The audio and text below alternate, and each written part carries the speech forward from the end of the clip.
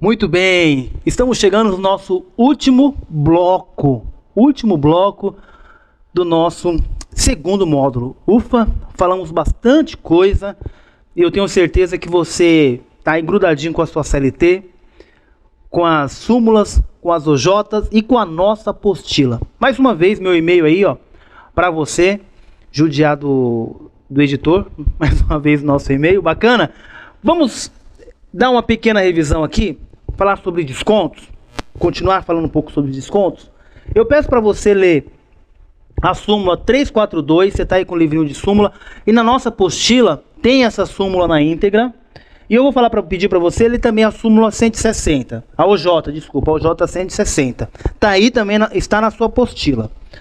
Mas eu quero ler com vocês aqui, antes de nós entrarmos no próximo tema, a OJ 251 da SDI 1, porque essa OJ é importante e eu temo que ela caia na sua prova, tá? Eu temo que ela caia na sua prova, porque é uma OJ que tem uma peculiaridade muito importante na questão dos descontos. Porque os descontos são aqueles legais, né? INSS, imposto de renda, bacana. Também aqueles descontos que eu autorizei, que é o caso de assistência médica, assistência odontológica. Pode ocorrer o desconto por dolo ou por culpa. Por dolo, eu realmente quis causar aquele prejuízo, tive a intenção. Tudo bem. Por culpa, previsão no contrato, porque eu agi com negligência, imperícia, imprudência. Legal? E tem mais um desconto que é possível que te cobre em prova, que é justamente a OJ 251 da SDI 1. Vou pedir para o Matheus subir, para que eu possa ler com vocês aqui. Olha lá, você também pode me acompanhar com a sua apostila, você que sabe. OJ 251 da SDI 1. É lícito o desconto salarial referente à devolução de cheques sem fundos, quando o frentista não observar as recomendações previstas em instrumento coletivo. Tá? Vamos lá? Vem aqui. Essa OJ serve tanto para o frentista como para outro trabalhador, para outro empregado. É lícito o desconto no salário daquele empregado quando o cheque voltou.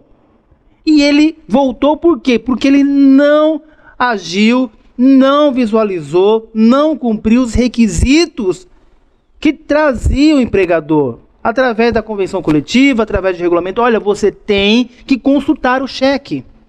Você tem que ver se esse camarada é um bom pagador. De repente ele está te passando um cheque, já tem 20 cheques devolvidos. E você não poderia ter vendido para ele. E você não observou isso. Tá? Serve para o frentista. A OJ fala sobre o frentista. Mas é válido para outro empregado. Bacana? Então tome cuidado com isso. Tome muito cuidado com isso, porque é válido para outro empregado. Se tiver um regulamento, uma norma que diz que você tem que consultar o cheque, você tem que preencher um cadastro, e você não fez isso, e por conta disso o cheque voltou, poderá descontar no seu salário. Muito atento, fique muito atento com essa OJ, está no seu material de apoio. Bacana? Vamos lá então agora, falar sobre forma de pagamento. De que maneira eu posso pagar esse empregado? Eu posso pagar esse empregado através de depósito bancário, tá? Eu posso pagar esse empregado em dinheiro quando ele assina lá o contra-cheque. Lembrando que se for menor, por exemplo, é um menor de idade, ele pode firmar, nós vamos ver isso nos próximos módulos, que fala do direito do menor, ou do trabalho do menor. Esse menor pode firmar, pode assinar o recibo, mas não pode assinar a rescisão. Tá? Então, assinei o recibo, recebi em dinheiro, tá? Ou através do depósito bancário, e esse depósito bancário tem valor de recibo, tá? E como funciona a questão do analfabeto? O cara é analfabeto, não tem como assinar. Ele vai pôr o dedão lá, né? Tá? A digital dele, ou vai assinar a rogo. O que seria isso? Uma outra pessoa assina por ele, aquele famoso P/, uma outra pessoa assina por ele, tá? Vamos à sequência? Forma de pagamento, tá? Não superior a um mês, posso pagar diário, posso pagar semanal, posso pagar quinzenal, mas não superior a um mês. E lembrando que as empresas, em regra, pagam no 5º dia útil do mês seguinte. E esse período não é calculado, não é computado como atraso. Dia útil no local de trabalho, tá? No local de trabalho, horário de trabalho ou imediatamente. Eu tenho que pagar ele no local de trabalho ou imediatamente após o trabalho. No horário de trabalho, no local de trabalho ou ainda imediatamente. Terminou o expediente, te pago. Olha lá, ó. Dia útil, tem que ser um dia útil, no local de trabalho, no horário de trabalho ou imediatamente após o horário de trabalho. Terminou o expediente? Já te pago. Bacana? Em dinheiro, conforme o artigo 463 da CLT, em depósito bancário. Tá? Esse depósito bancário, a empresa vai pedir para você abrir uma conta, a princípio, para receber os seus salários. E essa abertura de conta vai ser num banco próximo à sua empresa, para te facilitar. Bacana? Vamos lá da sequência? Mais características. Vamos falar da equiparação salarial, é o nosso próximo tema. Mas ainda falando dessa questão de como pode ser pago, tá? 3 pontos que eu quero deixar frisado para você que é importante. 3 pontos. O que acontece? Primeiro ponto importante. O menor pode assinar um recibo. Bacana? Segundo ponto, tá? Aquele camarada que não sabe ler, sabe escrever, analfabeto, ele vai fazer o quê? Assinatura digital ou arrogo. Uma outra pessoa assina por ele, tá? Esse pagamento, tá? No local de trabalho, em dia útil, no local de trabalho, no horário de trabalho ou imediatamente após o trabalho. Bacana? 3 assuntos importantes que eu acho que pode cair na sua prova. E vamos esticar mais um pouquinho para fixar bem o conteúdo? 4º lugar, tá? No máximo um mês, ou seja, posso pagar diário, mensal, quinzenal, não posso ultrapassar um mês. Lembrando que aqueles que recebem comissão variável, comissão já é variável, aquele que recebe comissões, ou um salário variável, uma remuneração variável, tá?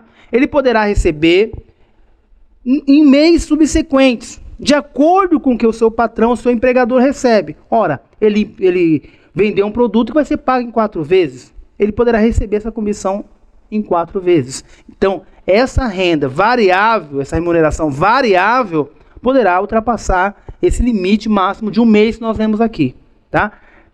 Lembrando que pago no 5º dia útil do mês subsequente não é considerado atraso. Portanto, não cabe correção monetária. Fechou? Essas são as dicas importantes quanto ao pagamento. Agora, esse tema aqui é campeão para cair em prova. Muito cuidado. Esse tema é campeão para cair em prova. Então, eu não deixaria de ler o artigo 461 e a súmula 6 do TST. Importante, gente, essa leitura da súmula 6 e desse artigo 461. Não, põe um não aí, Matheus, para mim, por favor, bem grandão. Não vai para a sua prova, não vá para a sua prova sem ler o 461 e a súmula 6. Pelo amor de Deus, eu falo para você, essa é uma questão muito, mas muito importante que pode estar na sua prova. O examinador adora equiparação salarial, tanto na primeira fase quanto na segunda fase. Então leia 461 e a súmula 6. Mas vamos dar uma pincelada aqui, vamos falar algo importante, os principais tópicos da equiparação salarial. O que é equiparação salarial? Ora, eu dizia, o Matheus desenvolve, vamos lá o Matheus, né? É o nosso exemplo aqui. Ele desenvolve a situação aqui no canal, grava, edita, tem a sua atividade. E de repente, nós temos um outro funcionário, vamos falar do João, né? O Joãozinho. Joãozinho que trabalha lá na matrícula. O Joãozinho lá do departamento de matrícula, ele diz ele, que quer ser equiparado com o Matheus. O Matheus ganha bem, uns 3 mil por mês, tá bom? Pô, tá ótimo. Matheus ganha uns 3 mil. Só que o Joãozinho diz que ele desenvolve a mesma atividade que o Matheus, só que o Joãozinho diz que ganha 1.000. E ele saiu da empresa e agora ele diz, não, vou ingressar com a ação. Porque eu também, de vez em quando, ia lá e gravava, editava, eu quero equiparação. Ou seja, eu quero ser equiparado à função do Matheus. Eu quero o mesmo salário que o Matheus tem, porque eu digo para ele, para o juiz, através do meu advogado, que eu tinha as mesmas características, as mesmas funções, desenvolver a mesma atividade que o Matheus. Então eu quero o mesmo salário que o dele. Ponto. Em regra, a equiparação é isso. É buscando, tá, a se igualar em relação ao mesmo trabalho, as mesmas garantias, os mesmos benefícios que um outro empregado tenha. Tá? E aí o que acontece? O empregado vai pleitear isso em juízo. Ora, quando ele pleiteia isso em juízo, é lógico, nós vamos olhar a regra, o que diz a lei. O que diz a lei? Então a lei vai trazer alguns requisitos importantes que tem que ser cumpridos simultaneamente, para que seja caracterizado a equiparação salarial, onde o Joãozinho deveria realmente ganhar o que o Matheus ganha.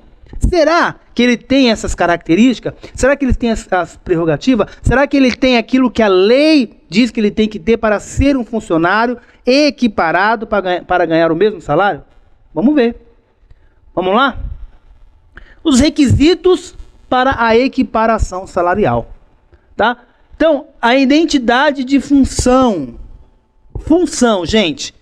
A identidade de função não é a mesma coisa que cargo. Então, vamos supor que o Matheus esteja aqui. Ele tem no registro dele operador de vídeo, tá?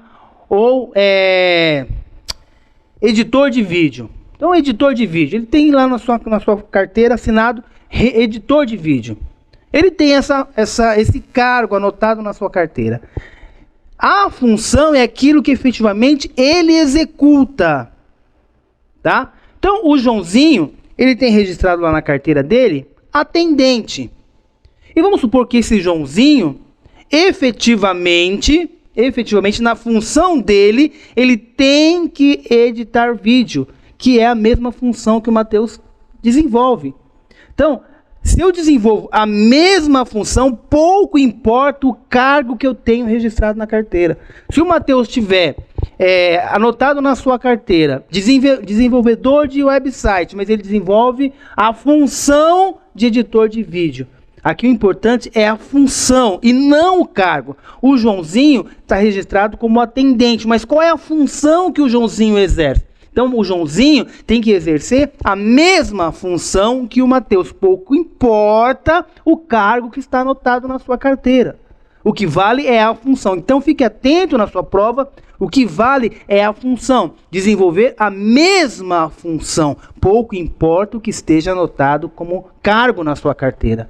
Bacana? Então, identidade de função. O Joãozinho tem que ter a mesma função, desenvolver a mesma função que o Matheus. O serviço deve ser de igual valor. Será que o Joãozinho, na hora de editar o vídeo, será que o Joãozinho tem o mesmo valor técnico? A mesma produtividade? Poxa, o Matheus edita o vídeo em 15 minutos, o Joãozinho editava em 3 horas. Será que é a mesma perfeição técnica? A mesma agilidade? Porque não basta ser a mesma função. Tem que ter a mesma função, tem que ter o serviço de igual valor técnico, produtividade, agilidade. Será que tem? Vamos lá. Mesmo empregador. Devo prestar serviço para o mesmo empregador para eu buscar a equiparação salarial. A mesma localidade. Entende por localidade, tá? Vamos entender por localidade aquela mesma situação que nós já mencionamos nos blocos anteriores. O mesmo município ou a mesma região metropolitana, que foi o caso que nós falamos da transferência provisória e definitiva. Lembra disso? Então, é a mesma situação, mesma localidade. Quando eu falo de mesma localidade, mesmo município ou a mesma região metropolitana. Bacana? Tempo de serviço inferior a 2 anos, tá? Então, esse tópico aqui também é importante, porque tempo de serviços inferior a 2 anos. Você tem que ficar atento pelo seguinte: O Matheus, se ele tiver mais que 2 anos na função do que o Joãozinho, tá? Então, o Joãozinho só terá direito se esse lapso de diferença de admissão, ou na função, desculpa, na diferença da função, não da admissão, mas da função, porque tem que ter a mesma função, no mínimo tem que ter uma diferença não superior a 2 anos, tá? Tempo de serviço inferior a 2 anos, ou seja, menos que 2 anos. Se o Matheus trabalha na função há mais de 2 anos do que o Joãozinho, não cabe a equiparação salarial. Então, essa função deve estar menos que 2 anos, eles têm que ter, o Joãozinho tem que estar desenvolvendo atividade junto com o Matheus. Se o Matheus tiver mais que 2 anos na função, esquece. Bacana? Vamos lá, temos mais alguma coisa ainda? Agora, fatos impeditivos. Aqui que eu quero que você preste muita, mas muita atenção. Quando a empresa tiver quadro de carreira, o empregado readaptado, então essas duas situações, vão impedir a equiparação salarial. Mas de que forma? Esse quadro de carreira, a empresa tem que elaborar o quadro de carreira, e não basta só a empresa elaborar o quadro de carreira. Esse quadro de carreira tem que estar registrado no órgão competente. Tem que estar registrado, tá? E o empregado readaptado? Muito simples. O que acontece? Nós temos lá um empregado, tá? Nós temos um empregado. Esse empregado é um motorista da empresa. Motorista da empresa, tá? E esse motorista da empresa é acometido com um acidente. E ele perde o movimento da perna direita, por exemplo. E ele não consegue mais dirigir. E então, teve todo o processo do INSS, agora ele tem que ser readaptado à empresa. Ora, mas ele é um camarada que conhece de informática. Pode ele ser readaptado para o trabalho no faturamento? Pode. Ele vai ser readaptado e vai trabalhar no faturamento. Só que o motorista ganhava R$2.000. E o faturista, que está lá, ganha 1.000. Pelo princípio da irredutibilidade do salário, tá? Esse motorista vai trabalhar no faturamento e vai continuar ganhando os 2.000. Poderá esse outro auxiliar que também trabalha no faturamento, desenvolve para o mesmo empregador, trabalha na mesma localidade, tá? Tem todos os requisitos. Poxa, tem todos os requisitos. Eu vou pedir equiparação com esse camarada. Ele ganha 2 e eu ganho 1, mas a lei diz o seguinte: fatos impeditivos. Se ele é um readaptado, em razão da irredutibilidade do salário, ele vai continuar ganhando 2.000 e esse outro faturista não vai poder pedir a equiparação salarial, porque esse motorista foi readaptado para uma nova função e não poderá ter o seu salário reduzido. Então, quadro de carreira deve ser registrado e ainda o empregado readaptado, né, não poderão ser utilizados como paradigma, é o que nós chamamos, como paradigma para ser comparado e buscar equiparação salarial em razão dessas pessoas aqui. Não pode. Fatos impeditivos. Bacana? Vamos ver o que diz a súmula 6? Essa súmula 6 eu tenho que ler com vocês. Pelo menos alguns aspectos que para mim é importante essa leitura. E eu espero que você tenha o seu material aí. E vamos ler a súmula. O item 3. O item 3. Mateus, sobe para a gente, súmula 6, item 3. A equiparação salarial só é possível se o empregado e o paradigma exercerem a mesma função, desempenhando as mesmas tarefas, não importando seus cargos têm ou não a mesma denominação. Então, não importa o cargo. Não importa o cargo. Se ele desenvolver a mesma função, tá?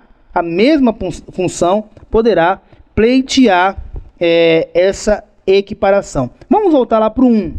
Olha o item 1. Tem bastante itens. Vamos ver aqueles que são mais importantes, mas você vai se comprometer comigo de fazer a leitura completa. Para fins do previsto no parágrafo 2º da CLT do 461, só é válido o quadro pessoal organizado em carreira quando homologado por quem? pelo Ministério do Trabalho.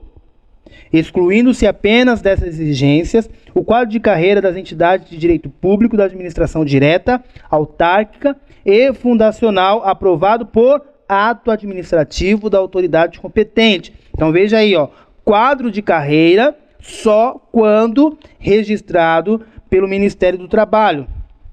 Vamos ver mais alguma aqui. Olha lá, o item 10 agora. O conceito da mesma localidade, tá? Que trata o 461, refere-se em princípio ao mesmo município. Em princípio ao mesmo município. Ou a município distinto que comprovadamente pertencem à mesma região metropolitana. Tá aí, gente. Súmula 6, vários itens. Volta para mim e você vai se comprometer comigo a ler essa súmula. Ler essa súmula. Então, ó, tá? Se tiver quadro de carreira, é situação que impede a equiparação. O readaptado é situação que impede a equiparação. E os requisitos que eu preciso. Volta para mim lá, Matheus. Os requisitos para fixar bem. Identidade de função. Pouco importa o cargo anotado na carteira. Identidade de função. Serviço de igual valor. Mesma capacidade técnica. Tá? Mesmo empregador. A mesma localidade, entende lá, como nós lemos agora a súmula 6, lá no item 10, o mesmo município ou municípios que pertencem à mesma região metropolitana. O que é isso? Vamos falar do ABC? São Paulo, nós estamos no ABC. O que acontece? São Bernardo, Santo André, Diadema, Mauá, São Caetano pertence à mesma região metropolitana. Tá? Então, embora sejam municípios diferentes, tá? Como Campinas, Valinhos, aqui em São Paulo, mesma região pertence, aquela região metropolitana. Bacana? Então, ó, identidade de função, serviço de igual valor, mesmo empregador, mesma localidade e tempo de serviço inferior a 2 anos. Se tiver acima de 2 anos, não vale. Tem que ser menos de 2 anos para pedir equiparação. E não esqueça dos impeditivos, tá? Quadro de carreira registrado no Ministério do Trabalho. Não pode, se tiver registrado no Ministério do Trabalho, bacana, você não pode pedir equiparação. E você não pode pedir equiparação com o readaptado. Tá aqui. E a leitura da súmula 6. Fechamos? Equiparação salarial. Gente, fechamos aqui mais um módulo. Zerou esse módulo. Te aguardo no nosso 3º módulo. Clique aí no site, entre no site se você não adquiriu o pacote completo. Adquira aí o pacote completo de todos os módulos e vamos gabaritar direito material do trabalho. Um abraço, um beijo no seu coração.